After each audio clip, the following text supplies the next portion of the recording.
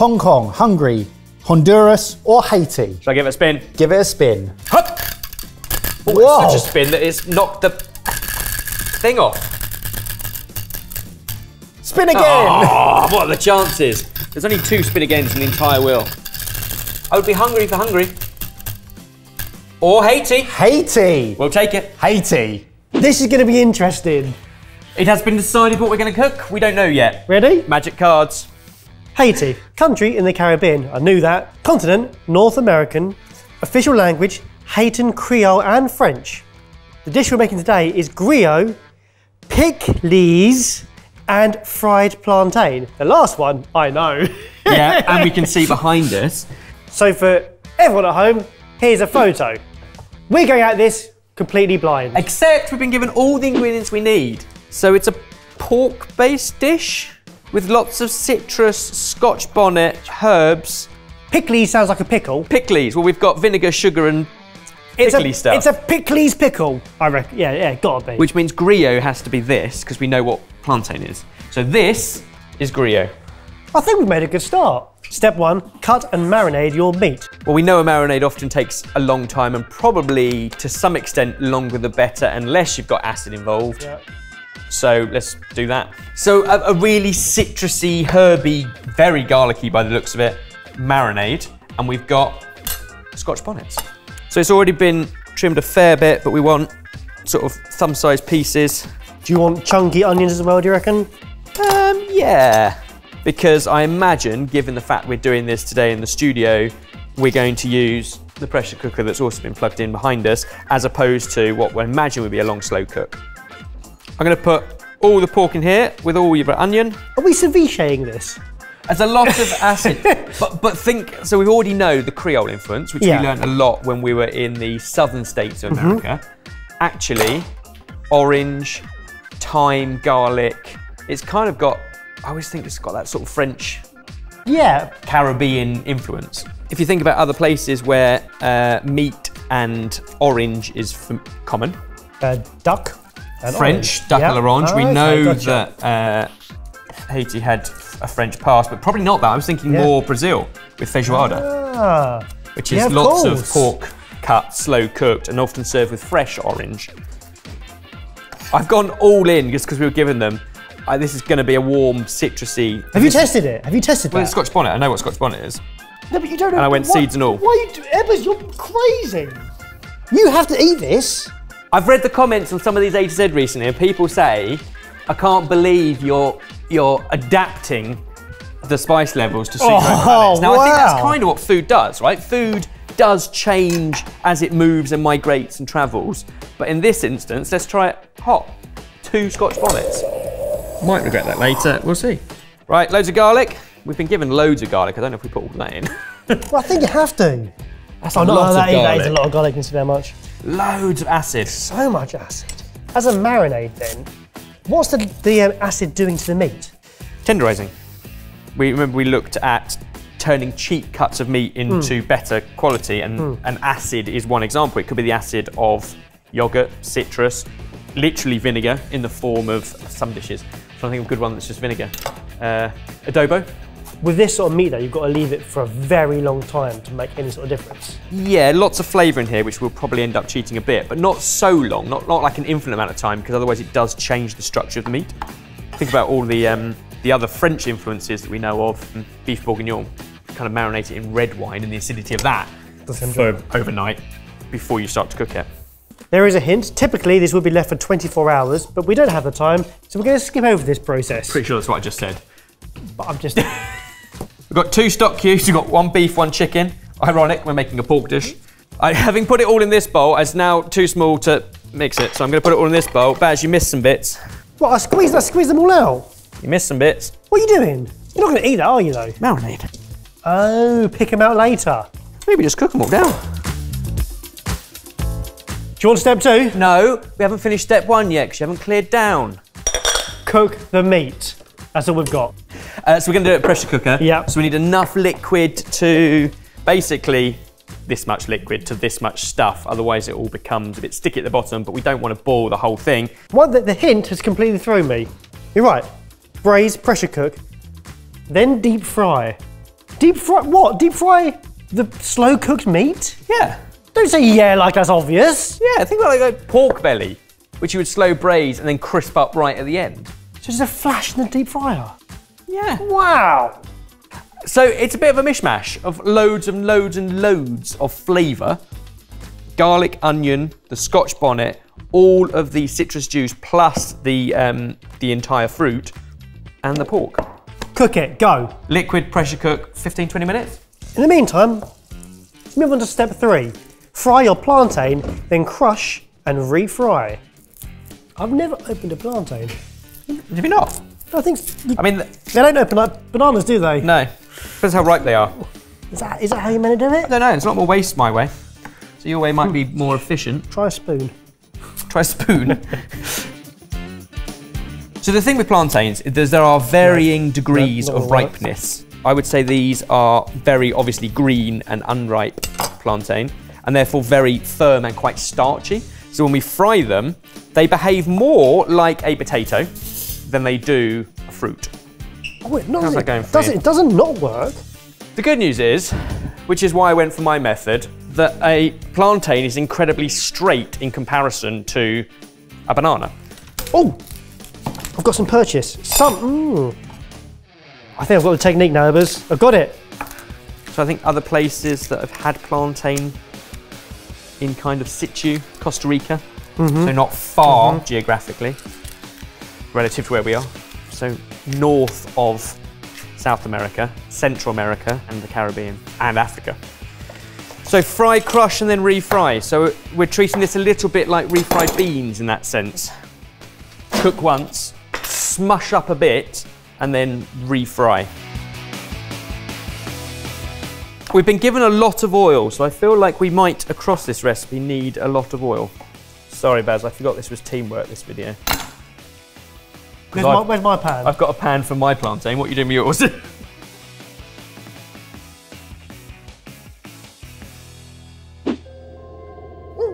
Deep within the snowy hills of the English countryside lies a mysterious old inn, where due to budget constraints, Sorted Food are hosting their Christmas weekend away. Legend has it, however, that the inn has a mind of its own, and a weekend of fun may quickly turn into a weekend of survival.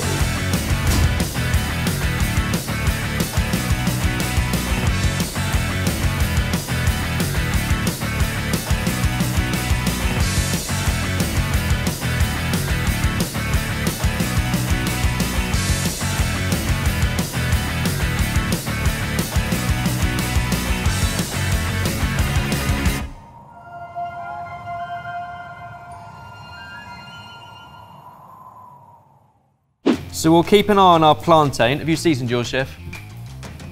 Yes, Chef. Pickles. A staple in households, is appreciated by those who enjoy the complex and spicy flavours of Haitian cuisine. Said to be essential to serve with griot. And the only instruction we have is pickle it. So I think it's literally like... Very familiar pickling ingredients. And another Scotch bonnet. Vibrant colours, greens and oranges and reds and onion and more heat. Spice. Great. Plus we've been given some vinegar and some sugar.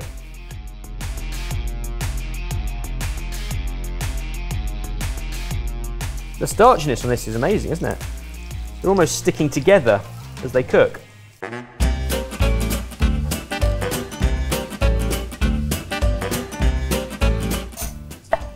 The bowl gone. Whole onion or half? Whole onion. It was a huge cabbage. In this instance, I'm only going to do half the cabbage.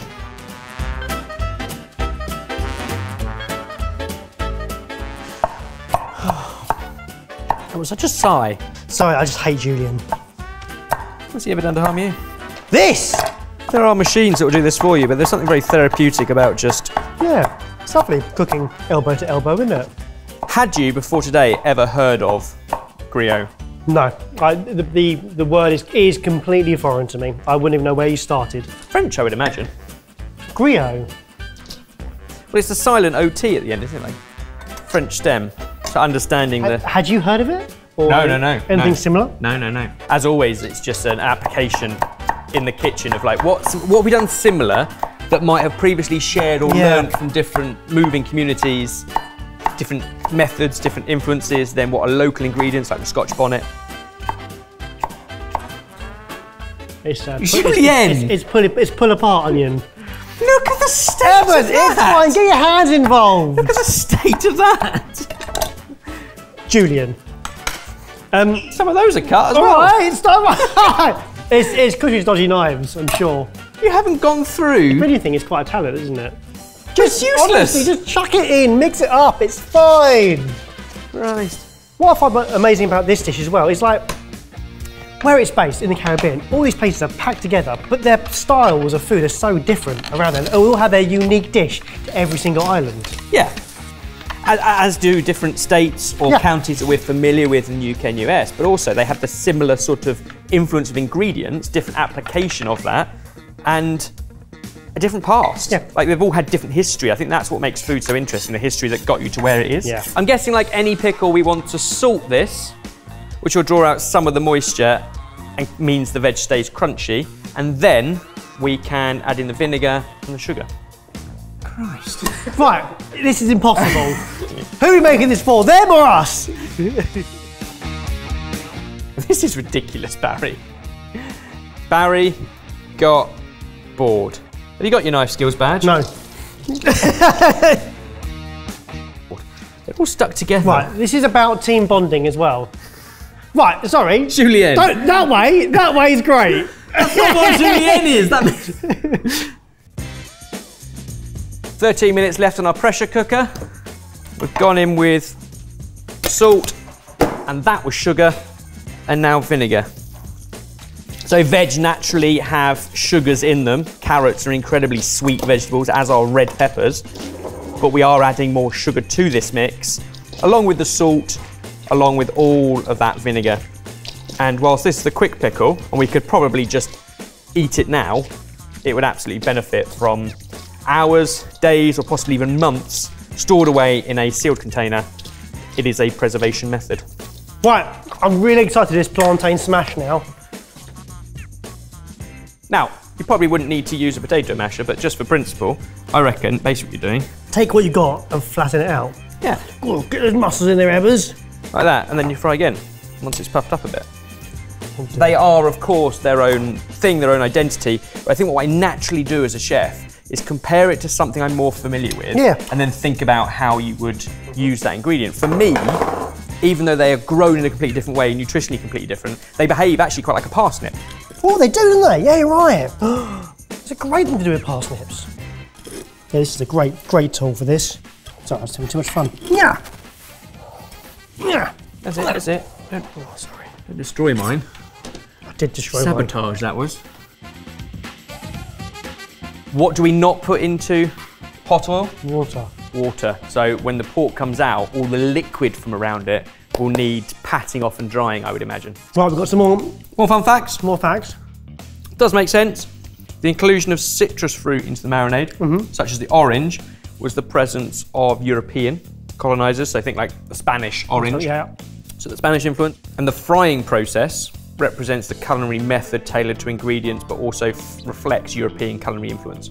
So again, that French influence. And whilst the basic recipe for griot remains fairly unchanged, every region and house will have slightly different adaptations of spices and seasoning, but it could be other ingredients or different ratios of those. If you're enjoying this, there are some small things you can do that make a big difference to us.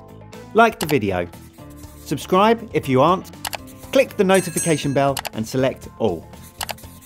Thanks. Pressure release.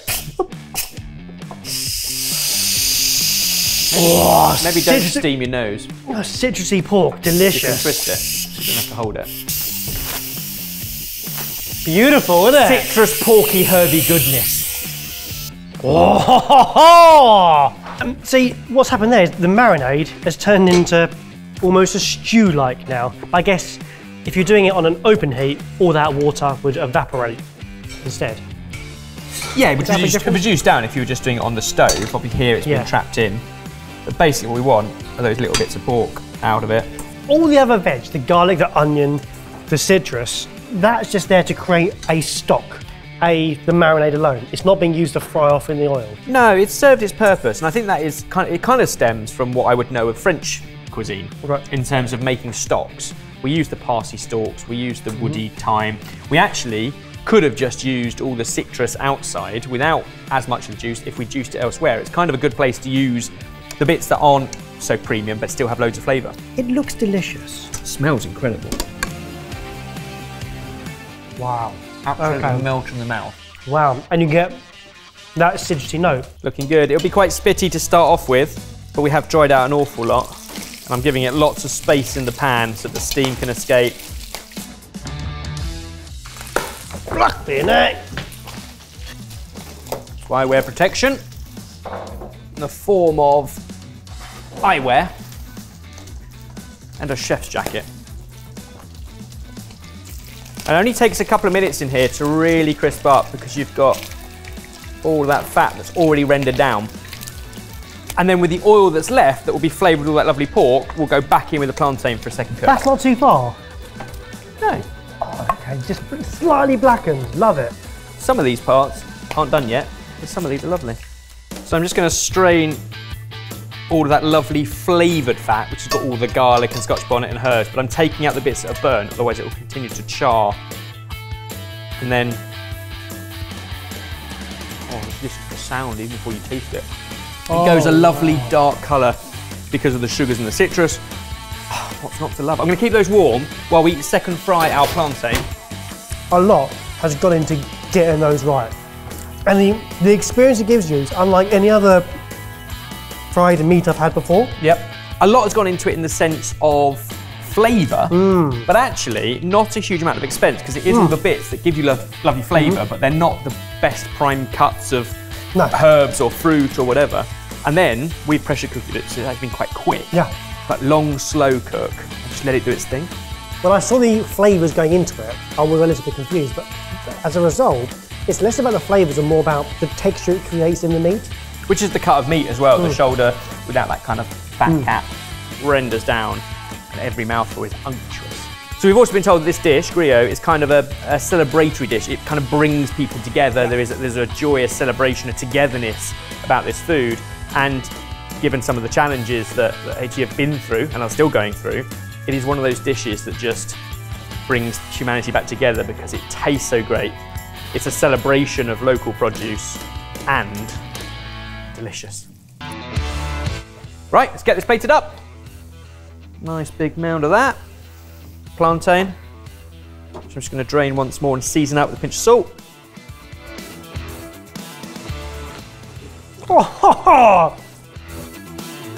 Right, I'm going to crisp these last ones up, so we've got 2 portions. Otherwise, let's get into the sexies. Swing!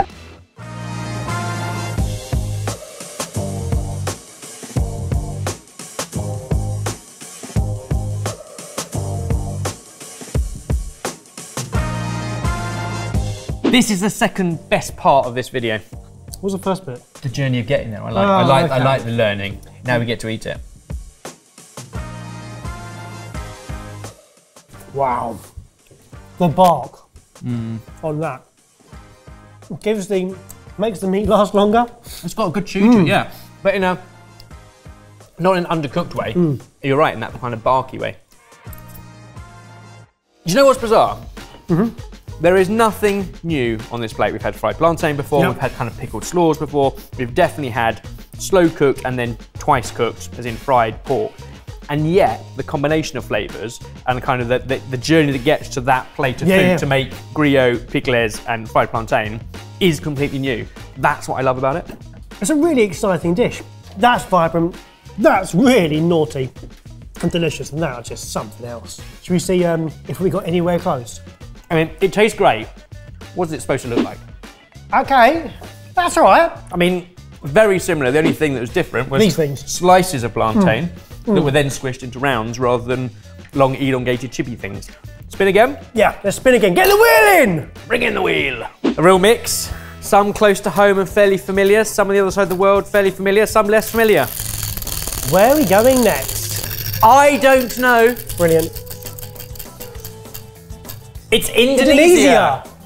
Right. Oh, that's a challenge. So this is what we need help with. Comment down below, how do we get on with H and Haiti today? Make sure you check out A to G if you've missed those episodes. And Indonesia. We need some help. Just suggestions. Comment down below.